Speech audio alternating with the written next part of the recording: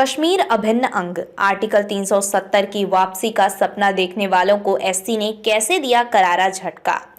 Supreme court ने अनुच्छेद 370 को निरस्त किए जाने की प्रक्रिया को सही करार दिया है।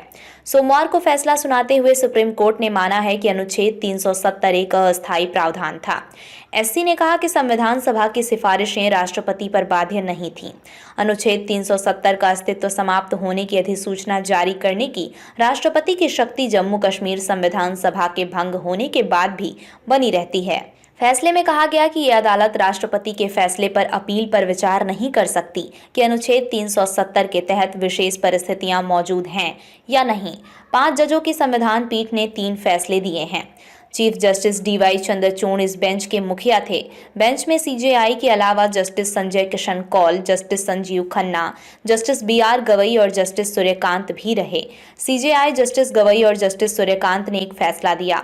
जस्टिस संजीव खन्ना और जस्टिस एसके कौल ने अलग फैसला लिखा। अनुच्छेद 370 पर सुप्रीम कोर्ट के फैसले की बड़ी बातें। सुप्रीम कोर्ट ने दिसंबर 2018 में जम्मू कश्मीर में लगाए गए राष्ट्रपति शासन की वैधता पर फैसला देने से इनकार कर दिया। सुप्रीम कोर्ट ने कहा कि इसे याचिकाकर्ता द्वारा विशेष रूप से चुनौती नहीं दी गई थी। सीजेआई ने कहा, जब राष्ट्रपति शासन लागू होता है तो राज्यों में संघ की शक्तियों पर सीमाएं होती हैं। अनुच्छेद 356 के तहत शक्ति के प्रयोग की उचित वजह होनी चाहिए। सीजेआई ने कहा, संवैधानिक व्यवस्था ने ये संकेत नहीं दिया कि जम्मू कश्मीर ने संप्रभुता बरकरार रखी है। जम्मू कश्मीर राज्य भारत का अभिन्न अंग बन गया है। ये भारत के संविधान के अनुच्छेद 1 और 370 से स्पष्ट है। अनुच्छेद 370 एक अस्थायी प्रावधान है। सीजेआई ने कहा, अनुच्छेद 370(3) के तहत राष्ट्रपति की अधिसूचना जारी करने की शक्ति अनुच्छेद 370 का अस्तित्व समाप्त हो जाता है।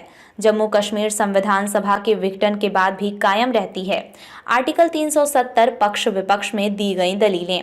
याचिकाकर्ताओं की दलील थी कि आर्टिकल 370 को निरस्त ही नहीं किया जा सकता। जम्मू कश्मीर संविधान सभा की सिफारिश से ही राष्ट्रपति उसे निरस्त कर सकते थे। संविधान सभा 1951 से 1957 तक फैसला ले सकती थी, लेकिन उसके बाद इसे निरस्त नहीं किया जा सकता। सीनियर वकील सिब्बल ने सुप्रीम कोर्ट में कहा कि चूंकि जम्मू कश्मीर संविधान सभा का कार्यकाल खत्म हो गया था, ऐसे में 1957 के बाद इसे निरस्त नहीं किया जा सकता।